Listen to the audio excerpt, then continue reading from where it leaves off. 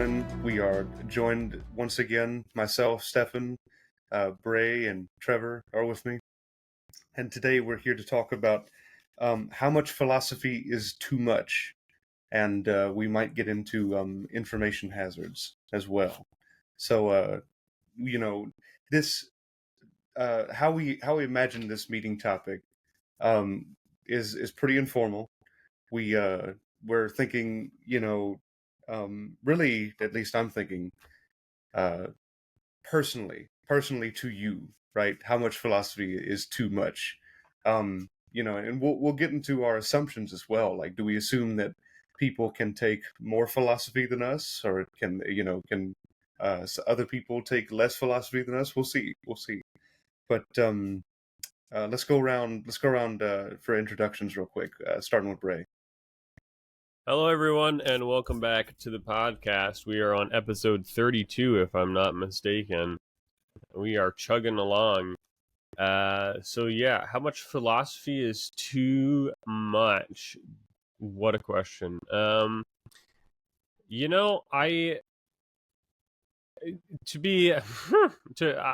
bring it down to be as blunt as possible.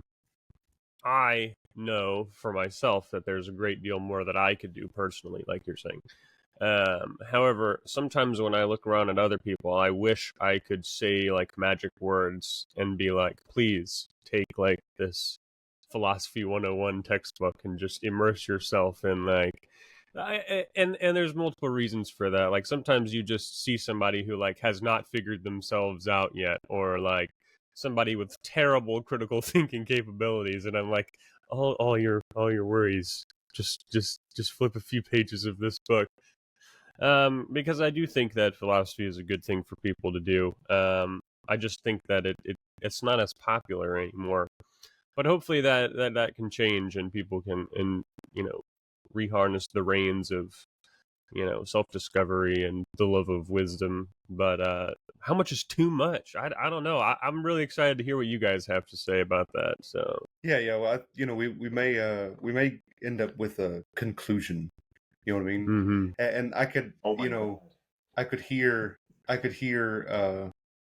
some part of my mind, saying something along the lines of, Bray, no, you're false. You just think that, it's not, in right now. You know what I mean? But anyway, Trevor. Yeah, good to see everybody again. Early in the morning of August. It's great to see all y'all. Trevor, episode 32. This topic is an interesting one. I don't know exactly how to encounter it entirely yet. I'm not sure I ever do in any instance, but at this particular moment, it's especially curious. How much philosophy is too much? I'm reminded of a particular book that I really like. It was written a long time ago. Relatively. It's called The Gay Science, Nietzsche, of course. And translated now as The Joyous Science sometimes due to people getting confused. And it's it's an interesting book. If you read the preface, it's a bit of it's a jubilation of a book.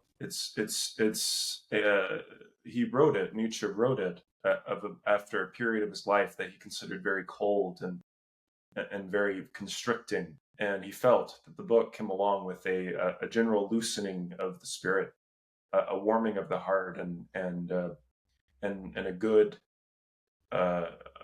good loosening and breaking of old thoughts and progression towards something good. And I found that interesting. It's a beautiful book. I highly suggest it to anyone. He sometimes gets into what the German consciousness is, and I don't really care about the German consciousness very much. So we care more about the human consciousness, Yeah. So you bear that in about halfway through the book, but overall, it's a beautiful work.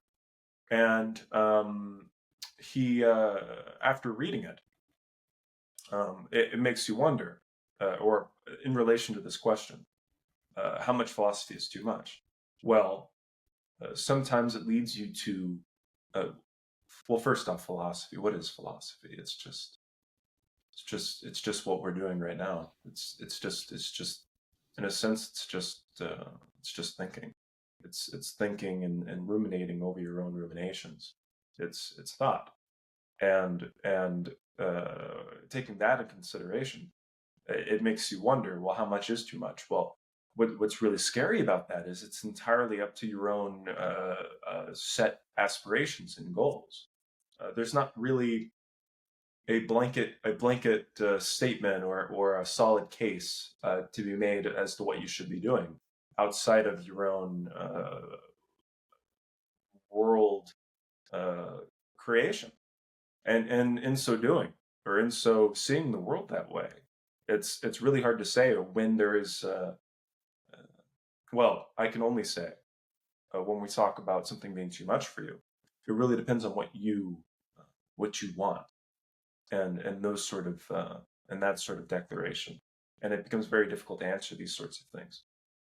That being said, we can definitely lay out some pieces, just like a chessboard. I can lay out some ideas onto the table, and maybe we might better encounter what we mean when we speak of dangerous knowledge. And to bring it to a little end there, to finish it off, when I mentioned the gay science, sometimes it leads you rumination, thinking, and thought. It leads you to a loosening of the spirit and a warming of the heart and a progression towards something, a real magnum opus of the self. And other times, it, of course, just like at the beginning of the story was loosening of the spirit for Nietzsche, there's also moments where it'll lead to the general freezing and the crawling into the worst aspects of the self and becoming one with one's worst self in that sense. All of these things are available to you, and that's really what makes this a complicated thing. So I have 3 things I'd like to bring up. All right. And we can do them in any order. They just kind of occurred to me, in this order. But so I want to talk about nihilism. I want to talk about existentialism, Oh yeah. and I want to talk about solipsism. Oh All right. my god. And so like I have 3 things that I want to share with you. Right. It's on my paper here. Um, here are my personal replies to like the deepest thoughts of nihilism. It's no excuse. Here are my deepest thoughts, my deepest my reply to the deepest existentialisms. Right. It doesn't matter. Here are my Oh, deepest that's a fun... here's my reply to the deepest solipsisms. Get over it. Okay. So I want to talk about them. one at a time. What do you think? Certainly. This can be an interesting episode. Go on. I figured this would come up, but I'm glad that you're bringing the energy for it. Yeah. So to explain to the to you viewers, to you listeners, where does this topic come from? So this was a topic I brought up.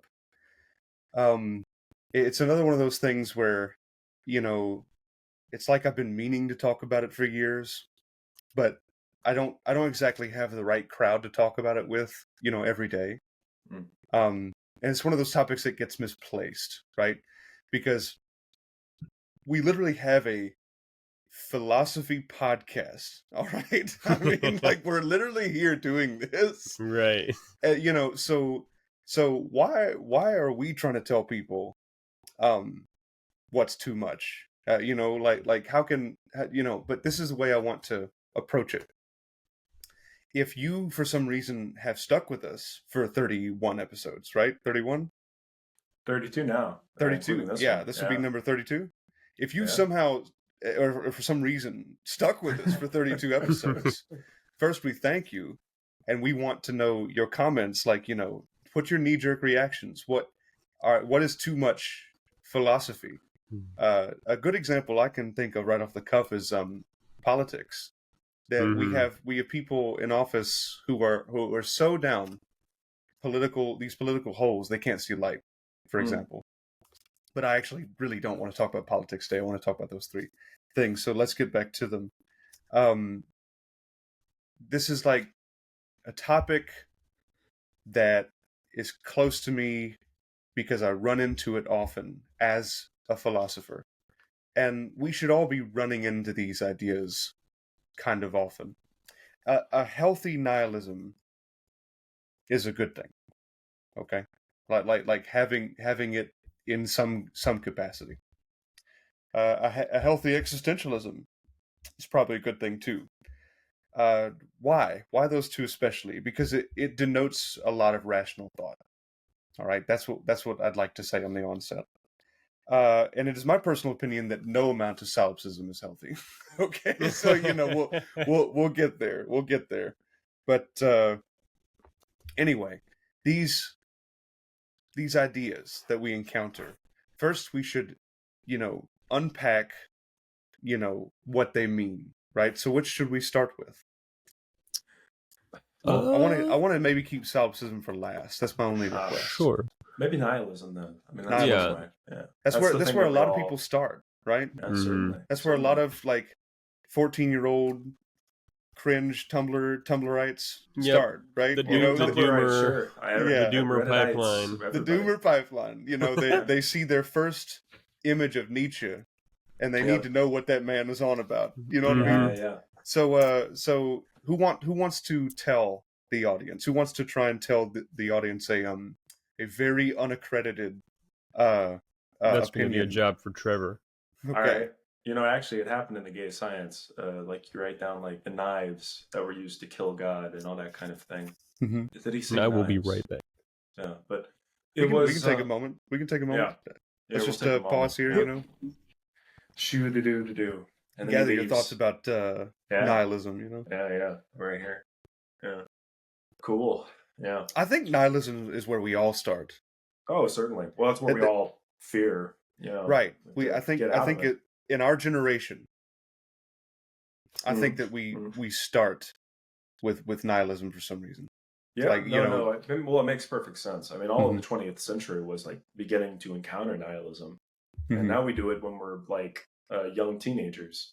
I think soon we'll just, as a civilization, like everyone, we'll just we'll have some sort of way to encounter it in its entirety. Maybe this bookmark section could be like a short form thing.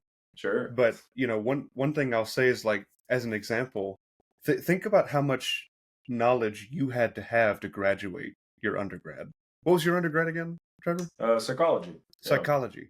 My undergrad was chemistry, and you probably have the same exact experience I do, where it was like they crammed so much into those 4 years, whereas it was like just 20 years ago, it was like 3/4 of the information. You know what I mean? There's certainly a lot of information you need to know very quickly. Yes, it's one of those things where, like we're doing so much more work, like research, in the world. That's what I'm talking about. Than at any point in history, and there's so much extreme complexity in just trying to understand like the Krebs cycle. I remember you mentioned that once, or just anything like that.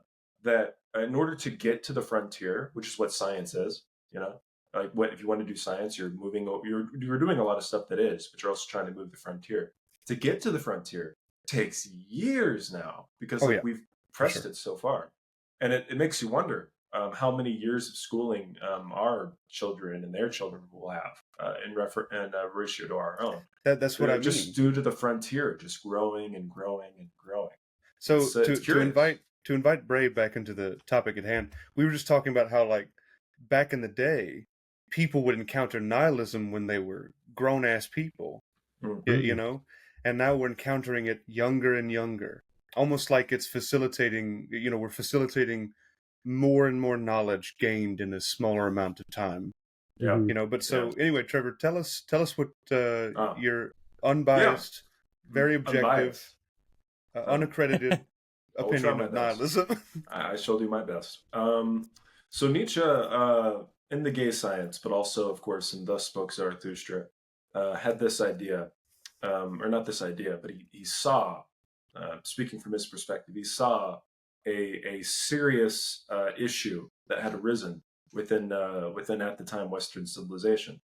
He saw what was the essential, what would you call that? Like scientific positivism, like the idea that you no longer need God. Like God was sort of being pulled from the equation. And he found that extremely troubling, extremely troubling. It hadn't yet quite caught up to everybody quite yet.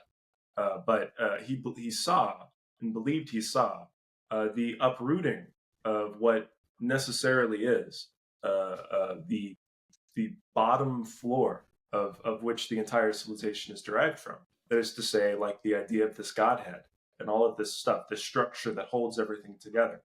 And he saw that if you remove that, if you pull it out from under you, where all that's left is the shadow of God. You can see him in places, but he's no longer around. When that happens, you have to be very wary of the coming approach of something we now call nihilism, where you believe in where narrative, not just like we look at like narrative is like that word narrative. It's so bubble-like, like this is a narrative, and that's a narrative, and look over there, there's another narrative over there. But that's not quite the way to look at it if you're in a narrative. It's very, very, very different. If you exist in that scheme, point, it's there's not a word. There can't be necessarily. It's like this. It's if you are a Christian living in Christendom before World War I, it's not that you're in the Christian narrative. It's just that this is the universe. This is what is. I'm not in a narrative. What the fuck are you talking about? Right, you're not looking at your perspective from the outside. You are living your perspective. We in order to engage with these ideas bubble them, but we have to be we bubble the idea in a way that we can have it interact with other ideas. We gamify it in a sense, but you have to be very wary of your gamification of ideas because it kind of allows you to engage with them, very useful, but it also disengages you from the actual field of view, the actual point of view of the people that actually exist in these periods. And it kind of disengages you from the true authenticity of what those things mean. True. Please. I wanna plug one of our commenters. All right, just real quick. I'm not trying to interrupt Trevor, but please. We had a comment, dear listener, and I hope you're out there. I believe this person said the King James Version Bible was like what was the comment again, Trevor? It was like the greatest. Pulling it up. The greatest act of BDSM. The King James Bible is the oldest and most read. Well, you have to. The whole thing's funny. All right, so the King James Bible is the oldest and most read BDSM novel in the history of the human occupation of this planet. True. And like that whole thing is a little funny. But so like that was hilarious. First off, period. But Trevor's talking about this sort of thing, and I want to try and elucidate it for the stray viewer. The comment that I left in the Discord chat under that comment was this. I mean, the King James Version of the Bible, or the Bible in general, really, a very sadomasochist text, by the way. It's such a fierce competitor in the realm of ideas, in the market of ideas. You know what I mean? Mm-hmm. And for that alone, it has my undying respect. Right? It's like what Trevor was talking about earlier, how that's a big piece of history or something like that. That's what we mean when we say that's a big piece of history. It's competing for these, for space in the idea, in the realm of ideas. You're absolutely right. You're absolutely right. But the issue is, that all of that is true. If we want to actually what happens look when at it leaves? Well, that's another question, and that's what nihilism is. Okay. But if we actually want to see the perspective and to really get an understanding of nihilism, is we have to understand it at a higher level of nuance. We have to look at it and realize that from the perspective of the actual surveyor, the person living from within from the King James Bible, or really, I'm sorry, just Christianity. Exactly. Within an ethos such as that, it's much more than just a Bible. It's a whole cultivated thing. It's a lot of things. It's a lot of things. It's a lot of ideas. So what you have is essentially that point of view, but it's also even more than not a bubblification or an abstraction or a breaking away, because there are also people that exist within the Christian space that are scholars that are aware of other field points of view, and they go off like apologists and they interact with them. So those people also exist, which adds a whole other layer of nuance. So you have this idea of like differences between like laymen and people like Thomas Aquinas, who are very acquainted with Islamic philosophy and everything else. Very complex. But let's pull out of the complexity for a second and get actually to the field that we want to discuss. That is to say, nihilism. So what you have here when it comes to nihilism is the realization that the lay narrative is now a narrative. That sounds strange, but that's basically what it became. The layman narrative, the Christian mythos of Europe and the wider colonized world, the whole planet. The world had the carpet ripped out from under it. The narrative became a narrative, and that is very dangerous to someone like a Nietzsche, to something like this civilization, because up until then, in the Academy of Ideas, it was there was in fact, or the market of ideas, the marketplace of ideas, there was this interaction between many different ideas, but it was all within the subcategory of the overarching superordinate narrative. That is to say, the Christian world, the Christian or the mythos, Christian paradigm. the Christian. That's beautiful. The Christian paradigm. From within it, you had many different ideas flow. Of course, you have this conflict. And to be honest, let's take a further step back. It's not even the Christian paradigm you could really talk about here. You could almost talk about like the mythological paradigm, because or the deistic paradigm, the idea of a singular God, because Islam has a part to play in this. It really does. And if you really get into the to Islamic history, it's really interesting to see the impact of Christianity on what we now call distinct from Christianity. It's really kind of a proto-Christianity in its own right. There are many people in history, if you look back today, that we would consider to be Christian, that whose ideas are necessarily the same towards Jesus as Islam is today. For example, they believe he was the Messiah. They believe he will come back in the second coming. They believe it's another permutation. Yes, it's another permutation. Same thoughts. Yes, it is. It's basically a branch. In my opinion, it's a branch of Christianity. Christianity being a branch of Judaism. I mean, exactly. It's a one after another after another. I mean, it's unique. That's why it's not the same thing. But it's definitely a lot of ideas. A lot of ideas are derived from what we would consider to be Christians. And are they no longer Christian? Because it gets complicated.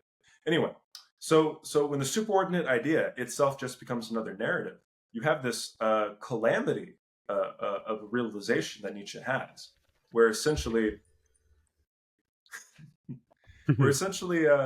you have this potential for anything to happen. There's no longer an ism, a grand pressure, a agreed upon direction. Basically, the floor gave out. When the floor gives out, from where do we build our castles? From where do we get our things?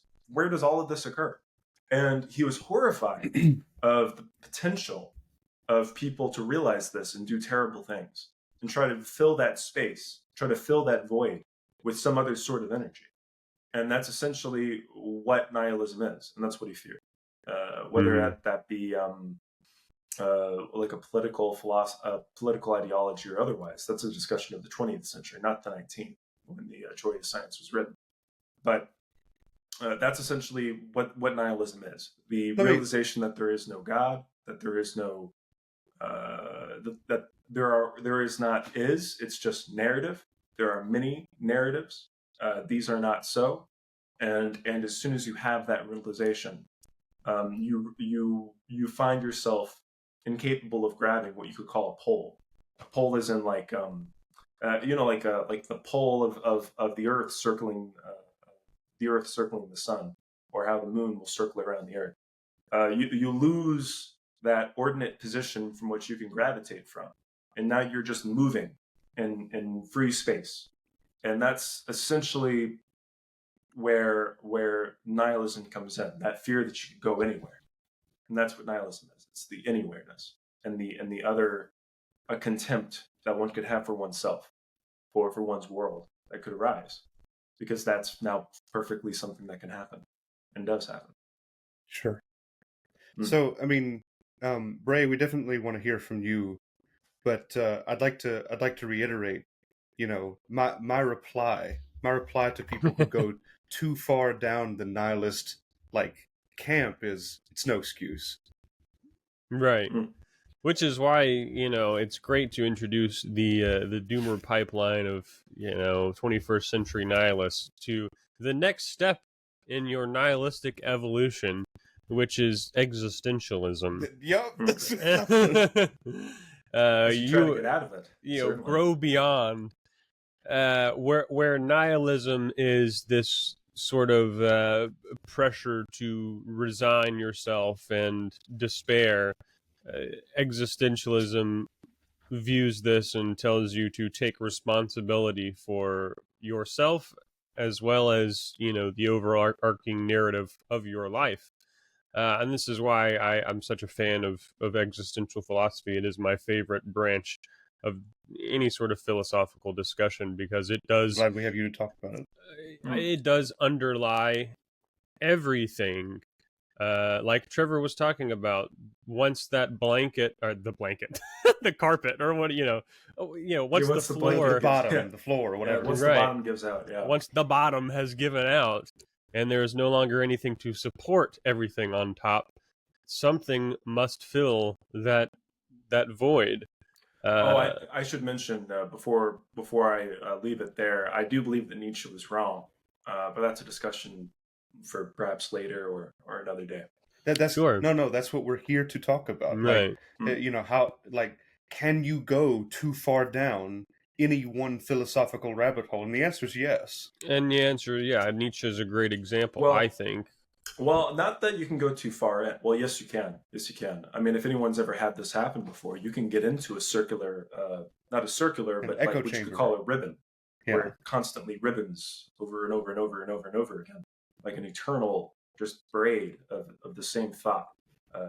That's just recursive and dark and ruminating and dangerous. I mean, that can dangerous to your own health. Right? That can certainly happen. It's happened to me. It's perfectly possible. Where you have this realization that one day you're going to die, or something like that. I mean, that's just me being a cop, but you can have these, you can have a very or something serious, like that, something in that realm. That's just an example of. But you, One day Ray, you're you were gonna be talking about dead. existentialism. Right. Please, yeah. And another reason that I particularly appreciate existential philosophy is that it allows us to take those sort of attitudes we were literally just talking about, of despair and feeling like there is no meaning, or that oh, I'm going to die. It allows you to reflect on those and derive a sense of understanding from them, as well as and this is what really draws me to it as a professional, is that it allows the individual to take responsibility for themselves and chart their own narrative. You are, like I've said before, the author of the story of your life. And existentialism allows you to understand the framework that surrounds that, and then perhaps give you the tools to navigate the world with that sort of attitude. And I'm a creative. My career is in the creative arts, and it feels like what I do is inherent to the human condition. Like my business is quite literally with helping people understand themselves through storytelling. And storytelling is one of our primary answers to the problem of nihilism. And so here we are. But existentialism varies from nihilism in that aspect, and it came up at about the same time in the early to mid 20th century as a response to all of the atrocities that were going on in the world, and people looked at sort of these ideas like Nietzsche had, like, oh my gosh, we are killing God, and God is not making a good case for himself on the world theater. Yes. God wasn't being killed at the time. He was dead. He had died some time ago. Yeah. Right. Nobody saw it happen. He went, and he was immediately gone. and it was just like everyone was essentially writing on fumes. How did the Babelfish thing do it? In a puff of logic, God disappeared or something like. But yeah, and really so and we've talked a little bit about this before, but this is where you get writers such as Albert Camus, who writes stuff like The Myth of Sisyphus and seeks to sort of categorize these different attitudes that we take on once facing this information, once realizing the absurd, that there is no inherent meaning in the universe, or that our framework, our previous theistic framework, has shattered or been torn from us. So yeah, and I think this is the attitude. This could be the new framework. I take it this way, like we were talking earlier, how there is like competing schemes in the world. Well, now I feel like we are constantly buffing this sort of existential worldview, and that's not just to describe it purely as existentialism. It's fluid, but I mean, this contains the wealth of scientific activity that's going on in the world that continues to describe reality, and then sort of like I said, these existential attitudes, which are, in my opinion, really just looking at reality for what it is. There is no grand prescribed meaning to our world. This is just the way things are, so we have to take responsibility for ourselves. That's all in here. But of course, despite what we've said so far about nihilism and sort of the crumbling of the theistic framework over time, it still stands like a monolith across the world, like as a dominant worldview. It's not like ripping off a Band-Aid. This is something that lingers with people, and for good reason. I mean, sort of the nihilism and solipsism and all of these things are very serious topics, and they should be taken seriously, because these are quite literally people's being we are talking about, and their understanding of how they fit into the world. And if you start to shake that boat, so to speak, you can have some dire consequences. Like we were talking about what is too far, and I believe we almost started talking about Nietzsche. Is just keeps happening. Example, and then of course the Reddit doomers of our time. Yeah. To come back. Just one second. I need to. Sure. I need to take care of something, and then. So yeah. So the question is, please. what does it look like when existentialism is carried too far? That's what we were, left off. Well, here's one potential of that. So existentialism. So one of the things you lose when things become narratives, that is to say, when you turn an entire point of view, just what is, into itself just a bubble, a narrative, and then you go, wait, is everything just a narrative? And you get lost in the idea that it's just narratives, which I'm sure all three of us have done at some point in our life, and especially and also the viewer. When you is it all narratives? Always is it all narratives? Yeah. Is it all just narratives? You enter into the universe a certain level of subjectivity.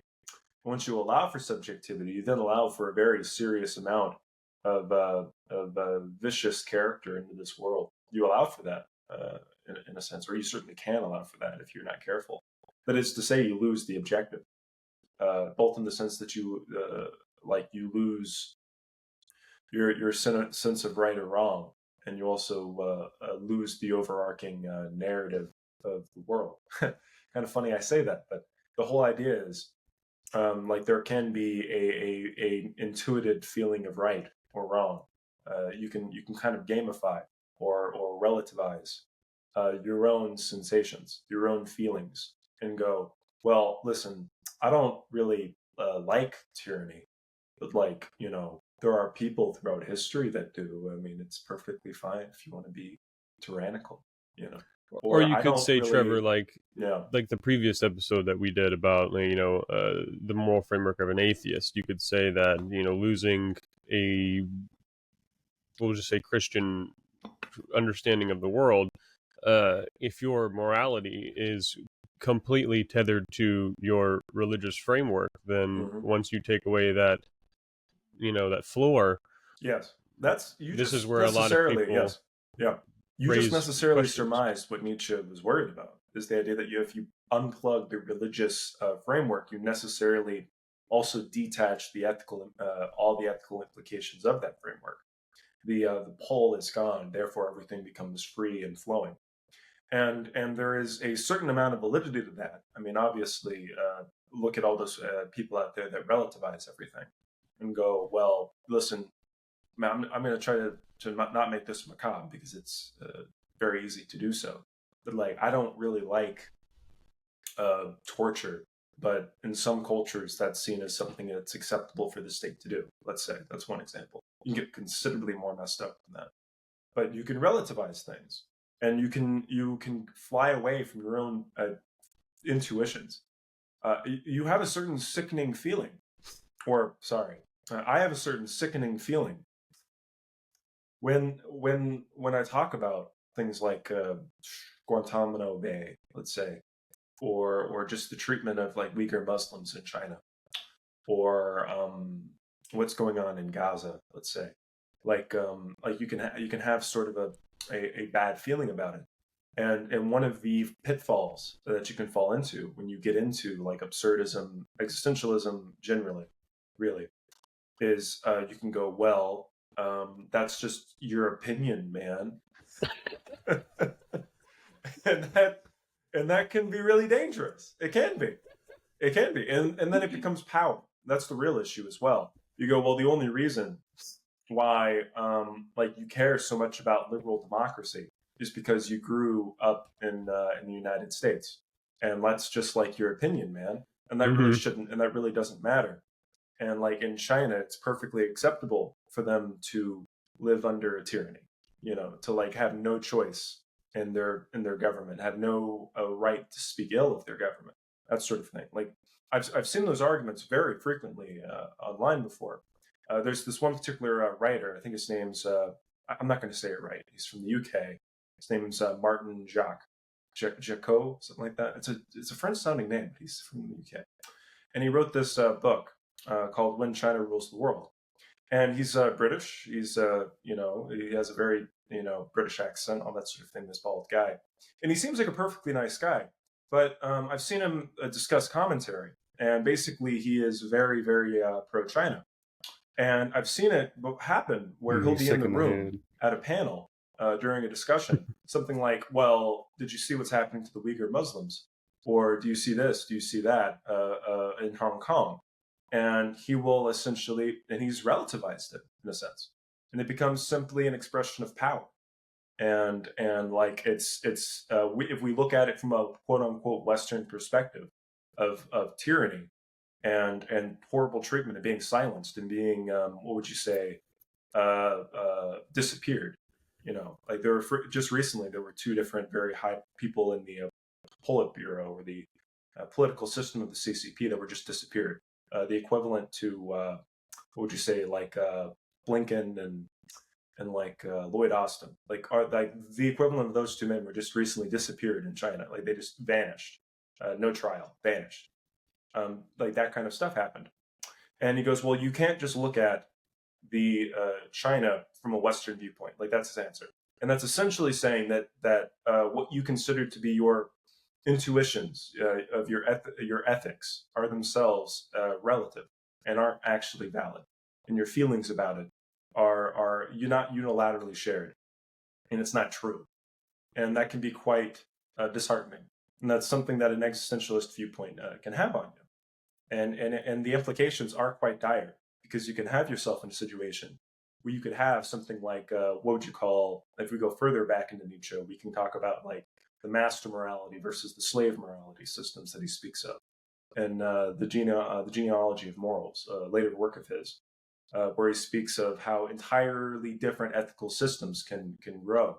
One based on the master dominating over the slave, such as like the Spartans over the Helots, or the slave morality being more righteous over the masters, such as the Jews in Jerusalem during the time of the Roman Empire. You can have very disparate and complex ethical systems, and you can say that it's all entirely relative. Even your intuitions, they themselves are a product of your place and your time, and that can be quite frightening because it leaves you with nothing to hold on to, and nothing to even your very intuitions themselves dissolve, and you find yourself not sure what to do. Now, I don't agree with that overall assertion. I mean, I followed that ribbon before, and I suppose that really connects to the overall premise of this discussion. Can there be such a thing as like bad? Can philosophy be bad? In a sense, like can you accrue bad knowledge? I think that bad things can come out of that line of reasoning, that line of logic, that where things just become power. Now it's just power, and kind of like what you call like the evolution of ideas are themselves just the expression of power. And what becomes ethical is necessarily just the most powerful person. And that's why we, look at our current framework. It's because the United States is so dominant. And one day, who knows, maybe there will be a tyrant who will love that tyrant, circa Roman Empire or some sort of something or other. But shouldn't we talk about Yes. shouldn't we talk about the so-called like Übermensch idea? Where like Nietzsche thought that it was this way far out there concept, but I think it's actually getting closer and closer. I think well, that's a really complicated concept, the Übermensch. If anyone's just to begin for any listeners, so in Thus Spoke Zarathustra, the main character Zarathustra, it's a narrative. Well, it starts as a narrative, then it just becomes a series of aphorisms, a series of statements that help describe the world. And they're all really quite complex, really quite interesting. In fact, I have a really cool tome of this book, Zarathustra, just right here. One sec. Don't mind me. Oh, that's going to fall. Love a good tome. You know what? Just assume I have it in my hand. It's very thick. I'm just going to leave it there. But, so in Thus Spoke Zarathustra, the main character, says that there will come an Übermensch. And what is the Overman, the Superman? And the idea is that when the ground gives out beneath you, when the bottom gives out, and the religious framework from which your ethical system is derived is gone, what you need to do in order to move on is to realize, to well up within your own heart, the realization, or not the realization. That's not what Nietzsche thinks. That's just what I think. Let me go over to what Nietzsche thinks first. You well up meaning in your own life, and you declare to yourself and to the world widely that you will live according to these reasons, according to these means. That is to say that you build the ground yourself. You quite literally you go down. Imagine you're in a house. The bottom gives out. Everything falls down into the ether. You have to go down into the ether, all the way down into the darkest pit of what mankind is potentially capable of. All the way down there and grab a hold of the ground, and with your own shoulders, with your own back, take it back up again and put the floor back where it was. Do it again and do it yourself. It's something that wells up from within. The one that is capable of doing that is what he called the Superman. That person, the one who puts the ground back where it was.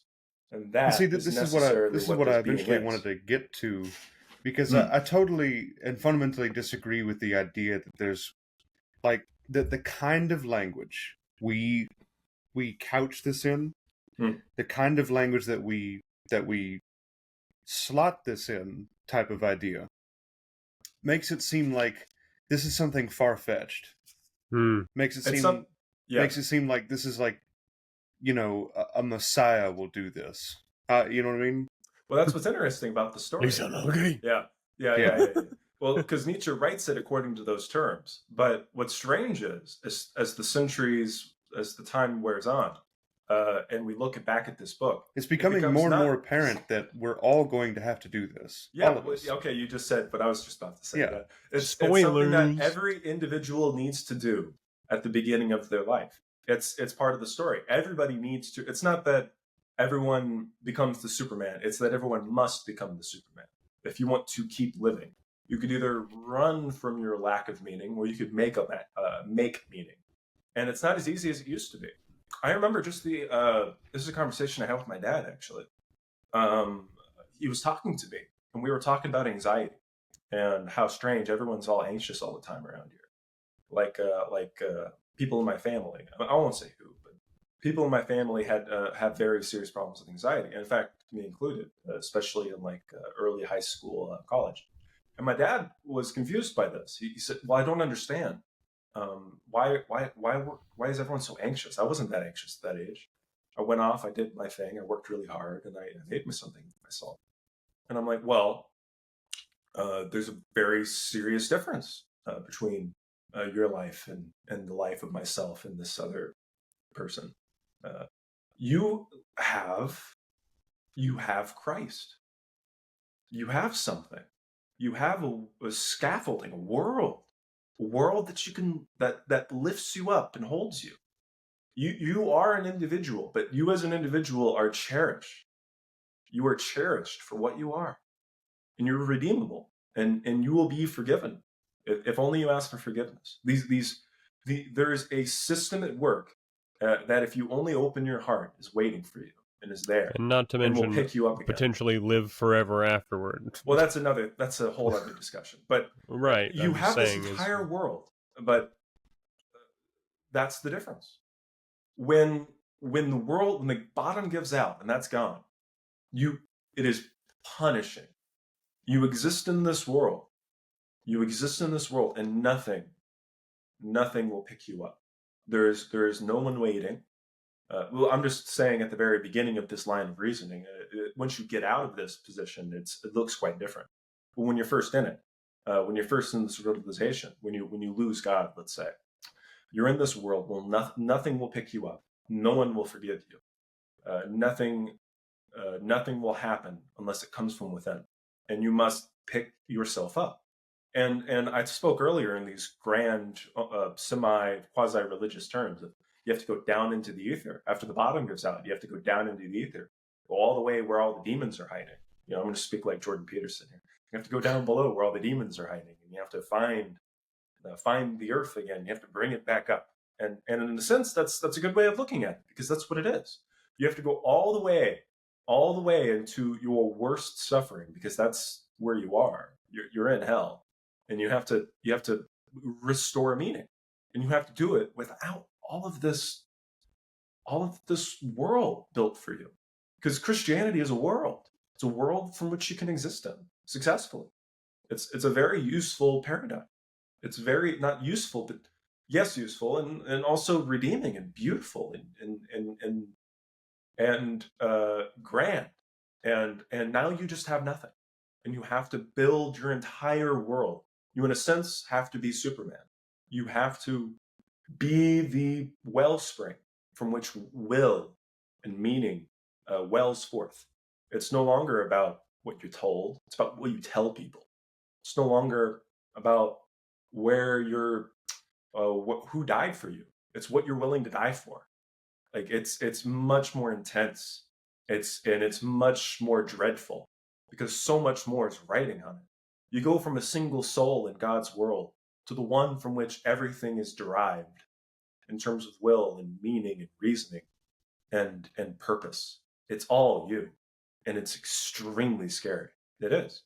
And that's how I answered that question at that time with my dad. It's a very different world, and that's a world necessarily, and this connects back to what you said earlier, that we all have to do this. We all do. And it sounds difficult, because it is, but it changes too. It's very likely the most difficult thing you'll ever do. It necessarily. You can. I mean, yes. It comes with confrontation. Mm. You have to put your predator mind after it. You can't be passive. You literally cannot be passive about it. It's the death of pacificity. Really, this is where I would jump in and answer the question of, can you do this wrong? Basically, can you go about this the wrong way? Can you do too much or too little, and end up in a bad spot? And this is where Camus will come back and help us along. with his description of the absurd men, which I love. I just love. In the sense that here are people who have been faced with the absurd, which is, viewer, what we are talking about, coming to terms with this struggle. Just to elucidate that real quick, Bray. Yeah. Just to make sure we're on the same page. The world we live in is the absurd. You know what I mean? Right. That's what we're aiming for. I mean, why does the universe have the rules it does, for example? That's the absurd. Sure. Why does the universe lack an objective meaning? So on and on. Yeah. I will say, I don't mean to interrupt. Go ahead. Oh, I was just going to elaborate on this. And Camus outlines in the myth of Sisyphus these absurd men and gives a few examples. And they're very familiar to us, different kinds of people. There's an actor, there's a seducer, there's a conqueror, there's different ways to answer this question of, where do we go from here? Oh no, I philosophized too much and have come to the realization that there is no inherent meaning and I am lost. What do I do? In a vulnerable state of mind, you can do many different things. And if you are fortunate enough to come to actually realize that point, like realize and come to face with the absurd, then, you can make educated decisions. However, not everyone is so fortunate. Many people are brought up within one of these religious frameworks, which may prevent them their entire lives from ever encountering this sort of struggle, which is a noble struggle to have, and I would wish that everyone could come to realize it, but some people don't. Some people never get the opportunity. And Camus would say that these people have, found their own way, so to speak, to answer this question. He did not believe that it was the correct way to go about it, but this is one of the many ways and one of the many popular ways. But for all of these examples, you can go too far. The absurd man, these examples given, are not necessarily bad, or they're not necessarily wrong. He's simply describing the ways in which we encounter this problem. An actor can go too far in their pursuit of meaning through story. They can lose their own identity. Exactly. The American method actor, Heath Ledger was a particular example. Even Christian Bale is a very, very reputable and well-known actor, but he does a lot when he prepares for a role, as do many others. It takes a certain degree of psychopathy on his part to do so. It does. And the same thing goes for, we could say, the conquerors. I don't even need to provide examples of that. There are numerous throughout history, and as well as any sort of other example. And of course, not to bring us into the macabre again, but of course, Camus would have said that had you decided to face the absurd by ending your life, this is not the right way to go. You have succumbed to the worst possible fate of encountering right. And so this is again why it's so critical for us to take responsibility for ourselves. Well, absurdism, it's an interesting thing. At the very beginning of the book, The Myth of Sisyphus, with Camus, he goes, well, there is the absurd, and now you have three options. He doesn't offer any stink on it. He doesn't tell you not to do any of these things. He just sort of opens up the table. He doesn't tell you that it's a mistake. So he says, first, when you realize that the world is inherently absurd, and by absurd, just to quickly touch on it, is to say,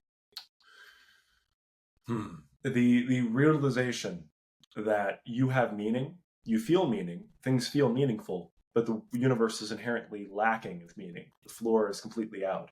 And that conflict, that juxtaposition between you feeling as if there is meaning and there actually being none. Absolutely absurd. That is the absurd. From that realization, you can do three things. You can, A, kill yourself. There we go. We're on a YouTube filter now. Two, you can kill yourself philosophically. That is to say, you can get lost in some sort of religious faith of some sort. You could run into an ideology that will keep you safe. That could be such as Such as religion. Christianity, such as religion, such as ideology in some cases. I mean, just look at North Korea. Arguably, itself, it's a religion in a sense. I don't think very arguably. I love how Oh, yeah. Hitchens always talked about mm, how um, the cult around Hitler or Stalin or mythological in a sense. Yeah. yes, I mean they truly invented Mm, um, Heracles because they had none. yeah. Yeah. You needed one, or at the time, it was felt that one was needed and Yeah, it was created in a sense. And then the third option would be to exist in the absurd, just stay there, be the absurd man, and just exist in it, exist in that state, in that sweltering desert, as he described, and just stay there, just stand in that spot, and that's your third option. And then he goes off and explains the different frames of reference of the absurd man, but from looking at it from Camus' perspective, what's really strange about it, I suppose what is part of the danger, is it doesn't seem to me that Camus makes it blatantly clear, and I think he does this intentionally, that there is anything morally incorrect about killing yourself, the first option. He doesn't there speak isn't. about it in those terms because he doesn't look at it like that. He looks Hmm. at it as, well, if the world is absurd, that does mean that the ground gave out. If the ground gave out, it necessarily is so that there is nothing ethically implicated in you killing yourself. I mean, that's essentially what he does in the first beginning chapters. He doesn't tell you that it's wrong because it no longer can be wrong. It no longer can be wrong. It's no longer there no longer can be anything incorrect about it because to look at it from that perspective is as I suppose you could say a sort of objectivist chauvinism or something. It's just not the right way to look at it anymore. You do what you feel is right. Uh, in that moment, like you always do. And that could be option one. Could be. As strange as that sounds. And that's one aspect of absurdism that's really worth fleshing out. Now, I wanted to mention, and I think this might be kind of important. Me personally, I'm not an absurdist. I've read that book backwards and forwards so many times, Myth of Sisyphus. But I'm curious how y'all feel about absurdism overall. But personally, what he speaks of when he says the absurd, I'm curious what y'all think about this. When he speaks of the absurd, he speaks of like you have meaning. The universe is inherently meaningless. You keep it anyway. It's absurd, but you just keep doing it. Absurdism. From me, when I see that, at first it's very interesting, and there's a certain amount of weight to it that draws me towards it. But at the same time, one aspect to realize about this is that you yourself are not separate from the universe. You are of the universe. Your viewpoint, what you are. You are not a soul existing outside, a bubble outside of the bubble. You are within it, necessarily an aspect of it, a face of it, and necessarily so. Um, the universe is in fact meaningful in some sense, necessarily. By you having meaning, existing, and being of the universe, that necessarily means that the universe has meaning within it, due to your very nature. And it's from that I don't perspective. really think so. And so like Mm, I know it's probably going to take me a moment to please. say what I say. Like I'm not even prepared to call it like a belief. All right, but maybe it could be. Maybe it could be a scheme or something like that. But look, if we're in the universe, right? All that's true and whatnot. Let's reel this back a little bit to the people who relativize. Okay, so for example, we're talking about the absurd, and it's like there's nothing inherently wrong with Stalin disappearing people back in the day, right? There's nothing inherently wrong with that. I mean, if we relativize Correct. enough, it goes Yep, away. If certainly. we absurd enough, it goes away. And I say Yep. different. I say totally different. And for the following reasons, it just seems so pathetically simple to me to suggest that, well, here's the deal. They are human. I mean, we can extend this to other creatures, but I'm just going to stick to the human for a moment because that's what we can see. That's what we can really get a hold, really uh, put our hands on, so to speak, because we ourselves are human. Why is it that uh, uh, that's not even really the question? So my first instinct is to say, why is it that I should be able, like, let's say I'm Stalin, why should I be able to disappear people? You know, um, they're human. They're human too. Why do I get to make that determination? And so, of course, power, whatever. Okay, so that's not actually the question I want to ask. The question I want to ask is a bit more complicated than that. What is there to suggest? Like, point to me one part about ourselves that comes from the physical universe, as we all are in the physical universe. Point to it. What what is there that gives me this more power? What is there that gives me this more well-reasoned, well-notioned idea? I mean, in other words, Mm-hmm. can you be foolish and suggest that my genes are more predisposed to being this conqueror role, for Mm-hmm. example? That's bullshit. Well, We know it doesn't work that way. well, And to engage. so, like, Yes. we know that we are emergent. We know that our conscious minds are emergent.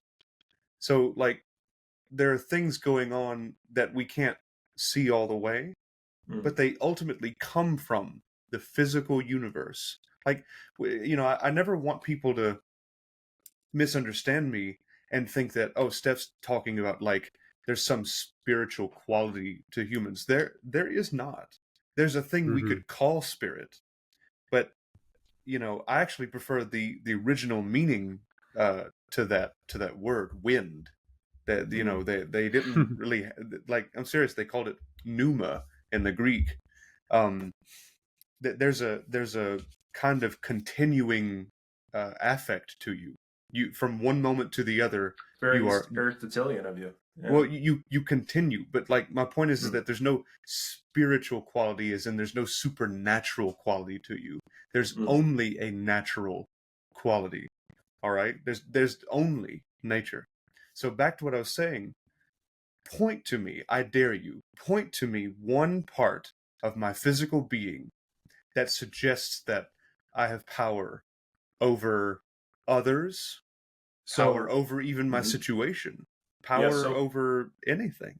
So here's a huge cut to that. Here's a huge cut to that. So you say point me to where gives me power and all that. I could also say in this moment, point me to where it is shown that we were all that it is not otherwise. That is to say, like that we were all should be exactly treated equally. If the ground gives out, the ground gives out. The problem isn't necessarily that we're led to a position where it's all power. It's when the ground gives out, it means that anything can happen, including power. So Well, what yeah, no, I that's understand the that. new position. That's what I wanted to avoid Mm-hmm. in that first bit. Like, that's not the question. The question is, because we, all we have is nature, because Mm-hmm. all of what we do is natural. Point to me the exact detail that suggests that my thoughts are are more meaningful than yours. Right. I see exactly what you mean. The issue at hand isn't that as much as the fact that the antithesis of that, meaning like the feeling that we are all equal, this is where the fear is. The feeling that we are all equal is equal itself to the notion that there is one that is superior to everyone else. Like that they become equivalent, and when the ground gives out, because there is no longer a pole, an ordinate grid Yeah, that draws you but towards the ladder. one of these strategies leads to ruin. One of these strategies leads to what we have. That could be a good conversation there. That could be a good conversation. It could be. It could be. In other words, like, the crux of this whole meeting is, where can you have too much philosophy when it becomes useless? When can you have too much philosophy? When it becomes useless. And so, Yeah, I like in that. other words, if you have this idea, if you have this notion that people are equal, people are unequal, if you say that these are equivalent in the game of ideas, fine, no big deal. You can have that opinion all you want, but at the end of the day, one of these is just completely and totally useless. No matter how much power is accrued by, say, the CCP, I don't care. I, you know, they are wrong about their assumptions that some people are more equal than others, because it's useless. It leads to ruin.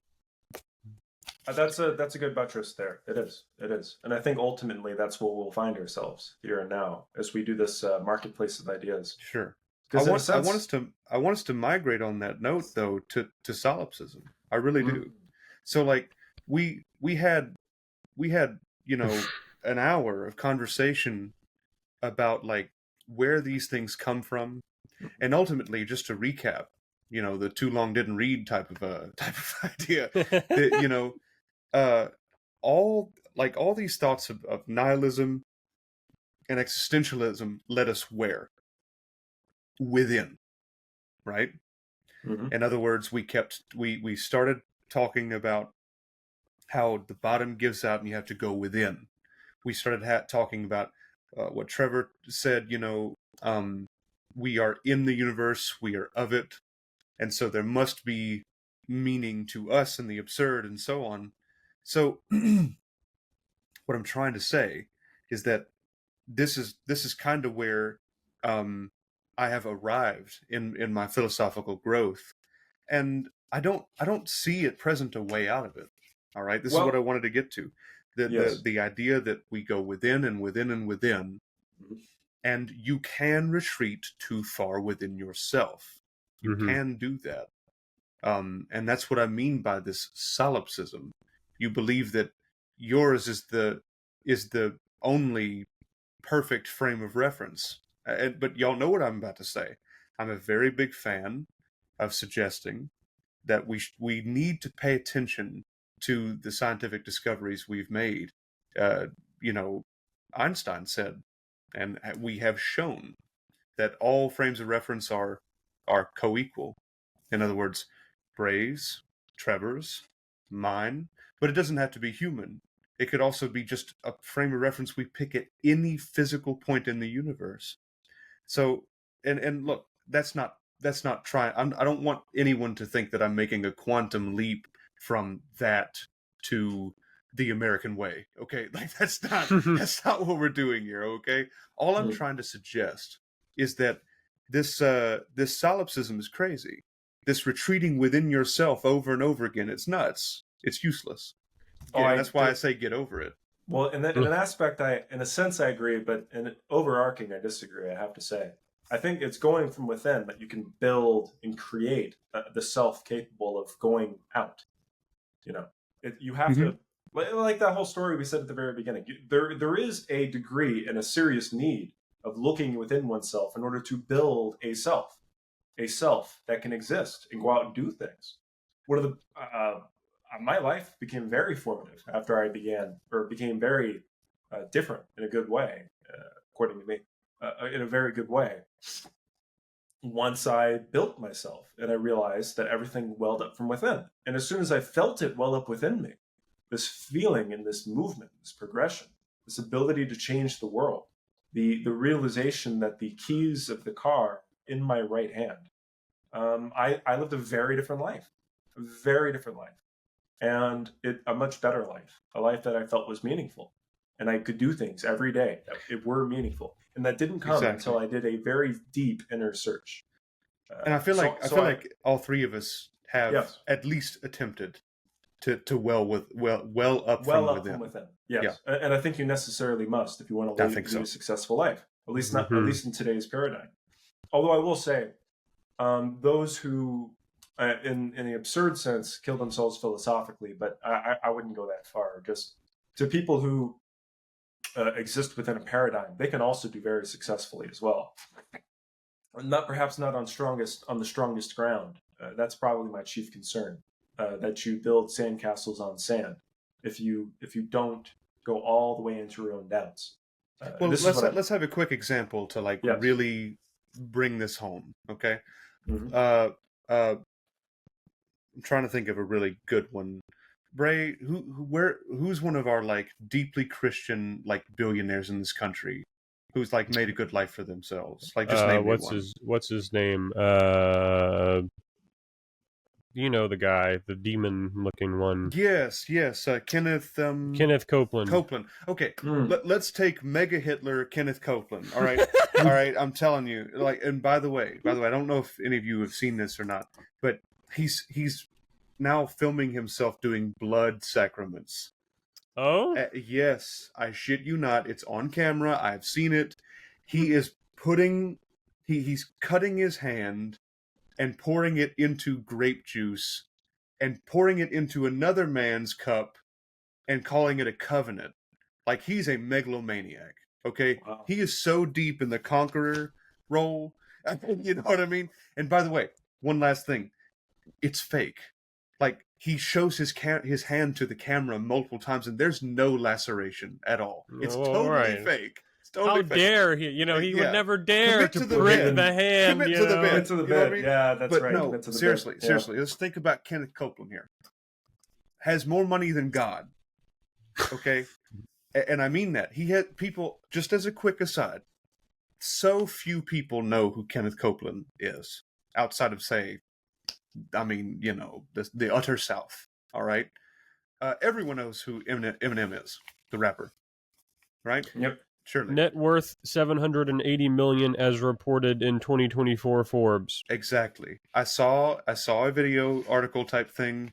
He's got more money than Eminem. Seriously. He's got more money than Eminem. So my point is that he's done very, very well for himself. But at the same time, a very good way to understand what Trevor was just talking about is that he's going to die. Just like we all must. And unfortunately, there's nothing on the other side for him. By the way, he knows that.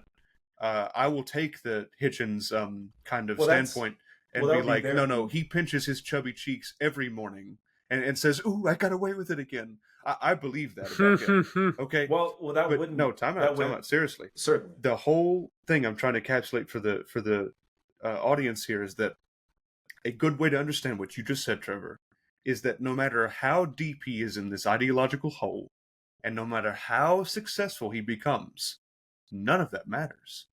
None of it. I mean, he can have all the money in the world. He can have all the, fine things in life, whatever. None of it is going to matter. It's perfectly equivalent to whatever someone that is absurd is. That's the end of it.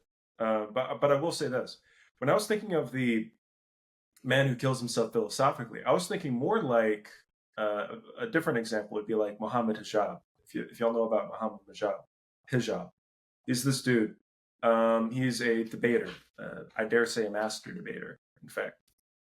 Who is he's this Muslim debater, and he goes on and he debates like atheists, Christians, and he's very you can tell whenever you watch him. He feels very strongly about what he says.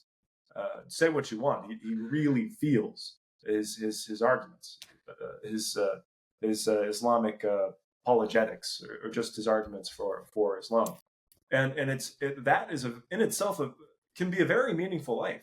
And in fact, I mean to actually disagree with Stephen here in the end, because what the whole premise of my argument is that you can live a very meaningful life, as strange as it sounds, while trying to convince people of this one particular book. You can live that meaningful life because his life is meaningful. I mean, but at the end of the day, that meaning has been afforded to him by others, completely against what we have been talking about, welling up from within. You're absolutely correct that it was based on a book. It was based on a scaffolding that exists outside of his self, and that's the overall argument. The scaffolding necessarily has no bottom. Yes. Well, yes, exactly. So if you have one doubt and this is where it all starts. If you have one seed of doubt, one small inkling of worry. Oh, there are chickens outside. Oh no. I wonder if y'all can hear that. I I did. did, yeah. Oh, great. Yeah. Yeah, I move into a new place and there are chickens. It's a strange place. That encapsulates my point. The chickens are far more complex than any of these ideas we're having. It's all right, yeah. But so what you have now is this if you have an inkling of doubt, just the tiniest little inkling, then this entire world that Muhammad Hijab, like I want to do it like this, like I lift up like Arjuna does this in the Bhagavad Gita. It's strange to use a religious text to make this argument, but I do think it has a lot of value. That specific book, it's really, you got to read that book, not the ones that the cultists have like rewritten. You have to like actually find original texts. They're really quite deep. And there's this point where Arjuna, or not Arjuna, but Krishna raises up his arms and shows to Arjuna 100 million battles where 100 million warriors fight, and die, just again and again and again. And Arjuna, a warrior, watches this and sees all these millions of battles play out. And in a sense, I mean to say that the silence that follows after the war is over, after you've won the battle, after, let's say, Muhammad Hijab, this warrior, defeats his enemies, he'll be surrounded in like in his success, and will have won this battle for this thing and all that. But then doubt comes in. No matter what you do, as soon as there is silence in the room and you're done defeating your enemies, and and everyone believes as you do, and you exist in that world, then the doubt comes in, and it just falls into itself once again. Well, let's say it this way. You can see all these civilizations rise and fall again. Like, if you get really into history, you'll see it, where like religions arise and the warriors fight for them, and then they all die again and again and again and again and again and again. I mean, that's what Krishna reveals, and it's from that viewpoint that you realize you really, really can't do the second option. You really can't kill yourself philosophically, because all you're doing is just awaiting for that moment where the ground gives out later on. It's really quite dangerous. Well, so this is the way that I interpret what you have just said. The battles are actually within, right? They don't have, of course, they're not physical battles. It's a battle of ideas within oneself. Okay, so how is there sort of what's his name again? The debater, Muhammad Hijab. Yeah. So Hijab's like whole idea here is that he's going to go out and wrestle in this, battle of ideas and so on. How is his perspective co-equal? Well, his perspective is co-equal by the following. He is seeking an enemy and finding one and fighting. Yes. So that means that he's doing what gives himself meaning. All right. Now, don't get me wrong. That meaning has been given to him by others, but let's kind of dispense with that for now. The kernel is actually not his faith. Like the kernel of his being is not actually his faith. It's actually him seeking out this competition. Yes, he's not. What he is a warrior. That's exactly what he is. And so what I mean to say is that warrior. What I mean to say is that the reason why doubt always creeps into his mind is because he is seeking an opponent, and in the absence of an opponent, all he can find is himself. Yes, and that's what a beautiful thing you just said. That's what I'm trying to say. Exactly like, what it is. He's not actually fighting for a religion. He's fighting for meaning. It's just that the religion is a very useful outlet. His being is fighting. That's what he is. He's necessarily a warrior, and like he's just one of an archetype. Like there are many people like this. So how does he retreat into himself over and over again? How does he observe Krishna opening his arms? Well, it's that he fights and fights and fights, but eventually all he has is himself. Yes. You know, And even in the welter and the mess of all of his defeated enemies, it's especially when he wins that it's the most horrifying, because you can no longer be a fighter. Your existence is ended. If you keep winning, you know, when the winning is over, when it is completed, that's when Islam really ceases to exist, or Christianity really ceases to exist, because it no longer has the fighting is gone, and you realize that was the entire point in the first place. And then as soon as you're alone with your own mind, with your own intention, that's when the doubt creeps in, and then the entire thing caves in on itself. And that's the fundamental issue of being a knight of faith, let's say, or any of these things. It's not prepared for silence. It's just not. You're not prepared for it. It's a very sandcastle. This is quite literally the entire character arc for one of the characters in Baldur's Gate 3. Oh yeah, you do. Yeah. The fighter that you recruit, the Githyanki fighter, Lae'zel, she is entirely devoted to Vlaakith, sort of the self-imposed new god of the Githyanki people, and she will do anything to please Vlaakith on this quest, kill anyone, fight anyone, do everything in service of Vlaakith. And then of course you come to a point where you can reject Vlaakith and sort of uncover this conspiracy and sort of realize that she's been lied to and mistreated, and she sort of falls back into the self and goes into this really contemplative mode where she's like, I have to rethink everything. And you can console her and be like, you've spent your entire life like dedicated to this sort of framework and this idea, and now you're so angry because it's been taken from you. Like, you don't have anything anymore. Like, you spent your entire life working for a future version of yourself that will never be realized now. And she's like, damn, you're right. But she immediately turns to another narrative and is instantly like, well, now we have to free Orpheus from the astral plane, and he must ascend to the Godhead so that I can follow him. Just as God will always be on the horizon, no matter how far you walk, he's God or whatever is going to be on the horizon. What I'm really trying to suggest is that no matter how far you walk, you will always be on the horizon. Your future self will always be over there. You can't catch up to it. And so, look, to return back to the original point about solipsism, this retreat deeper and deeper within, right? It must stop. It must stop eventually. And now look, I wrote something down. I want to share this with you guys because I'm always so up in arms against solipsism because I really think it's a cancer of the head. I really believe that. Look, what does good solipsism look like?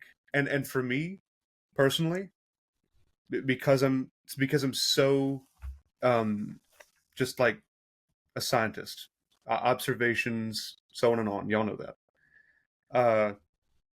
What's good solipsism? Realizing you are in your head, right? It's like I tell students, I show them a picture of the nervous system extracted from the body of a human. Oh yeah. And I say, that's you. I use my hands. I'm like, this is not me. Everything else is DLC. I mean, but seriously, well, I mean, kinda, right? The genome would be the game, and everything else would be the DLC. But seriously, look, that's a difficult thing. You can extend or descend your selfhood in lots of ways. That's a whole conversation in itself. Right, but look, my point is that realizing that you are in your own head and you can't actually escape, that's good solipsism. And outside of that, everything else is bad solipsism. That's what I'm trying to...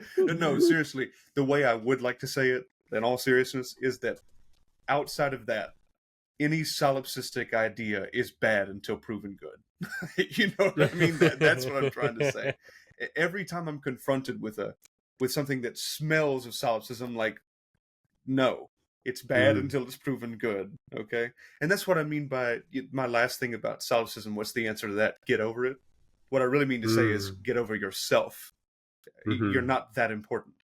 Jeff Bezos is not that important. All right, like what I was trying to say earlier is like none of us are that important, but that's actually very liberating. You know, Right. people who look at that, especially the religious, they look at that argument and they're like, oh my God, I'm not important. What am I going to do? And I'm like, what you want? That's what you can do. When you realize you're not that important, you can do what you want. You know? That's actually, this is a horrible time for this to happen because we're about to end. But I really disagree with that assessment. I do really think that you're quite important, and in a deep sense, like in an actual like epistemic, arguably ontological sense, you are quite important. So we could probably eventually but that's do that what I'm as trying a new to say, episode. Trevor. I mean, like you're arguing language. I'm offering physical reality. Like when I die, that which makes me will disperse into the greater universe, and I will not be here. Certainly, and that doesn't mean that you're not meaningful. I mean, it's so like, it's to quote Solomon, King Solomon. Like nothing is new under the sun. And that's true. And there's a time and season for everything, and so on. Yes, and that thing that keeps happening over and over again, iterates over and over in many different faces. This self that just keeps happening. I would say that self is quite meaningful. And that is to say that you are quite meaningful, and Bray is quite meaningful, and I'm quite meaningful, as well as the viewer. It's quite meaningful. It borders upon the spiritual.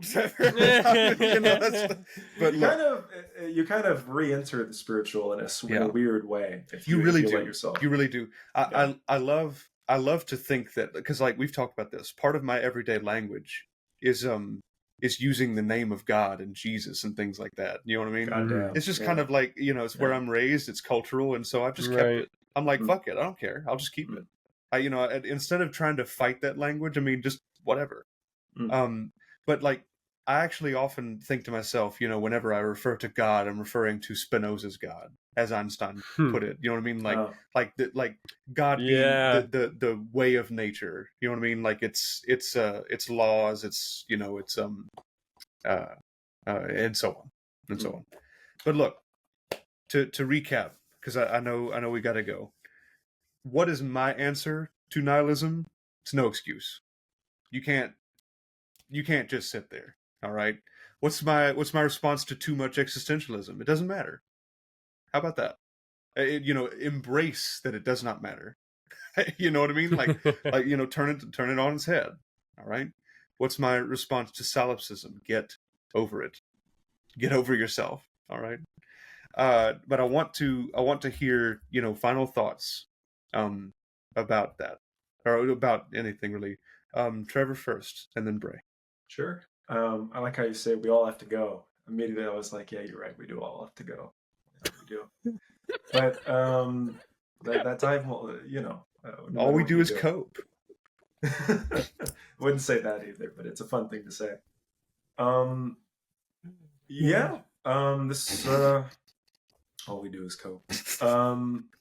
Look, I've been saying that for a week now. And then Trevor added the Marcus Aurelius quote attribution to the end. That's Marcus Aurelius right there.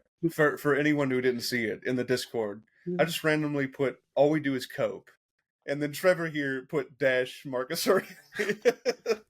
Yeah, hate that. After he finds out people have been sleeping with his wife. Yes. Well, there's a lot to do. Yeah.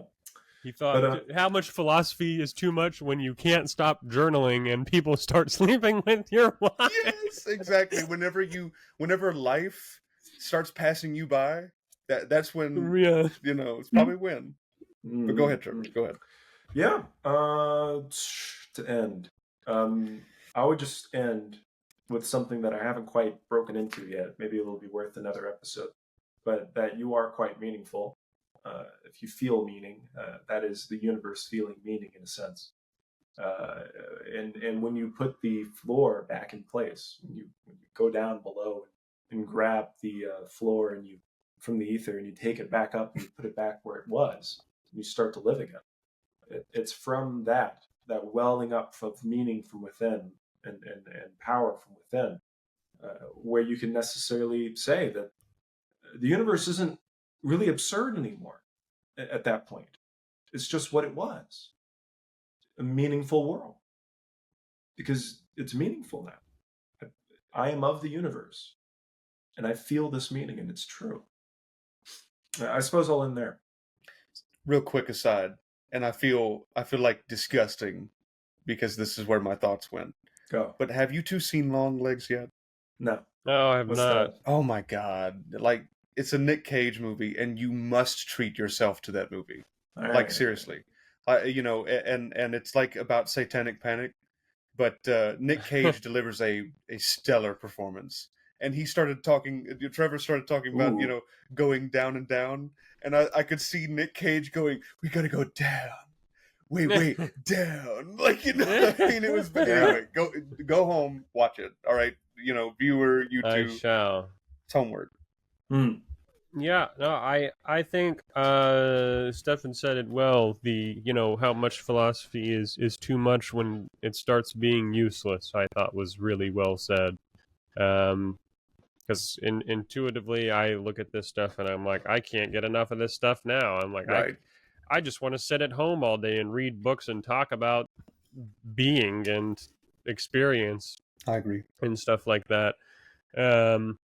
It quite literally like saying how much philosophy is too much is almost to me at this point like saying how much is just being in the world too much. You Right. know, as long as you're not just droning on like going through the motions, you know what I mean? Like if you're actually engaging with your day-to-day reality and your thoughts and feelings and everything, then you're doing it right in my opinion. So it's like how much is too much of that? It's almost like asking me like how much is, how much would enough life for you be? Like I'll keep doing it as long as it's not useless, you know what I mean? Like once that's expended, then what more do I really have to do here? So yeah, We Mortal Coils, baby. Let's go, episode 32. 32. Give it up for I day agree. 32. Ding, ding, ding, ding, ding, ding. I like it. We will end there. And Very cool. like I say, people, you get into these solipsistic thoughts, whether you're religious or a-religious, it's very solipsistic. And whenever you stop engaging with the present reality, that's when you've gone wrong. All right? So, y'all be good. Take care of you.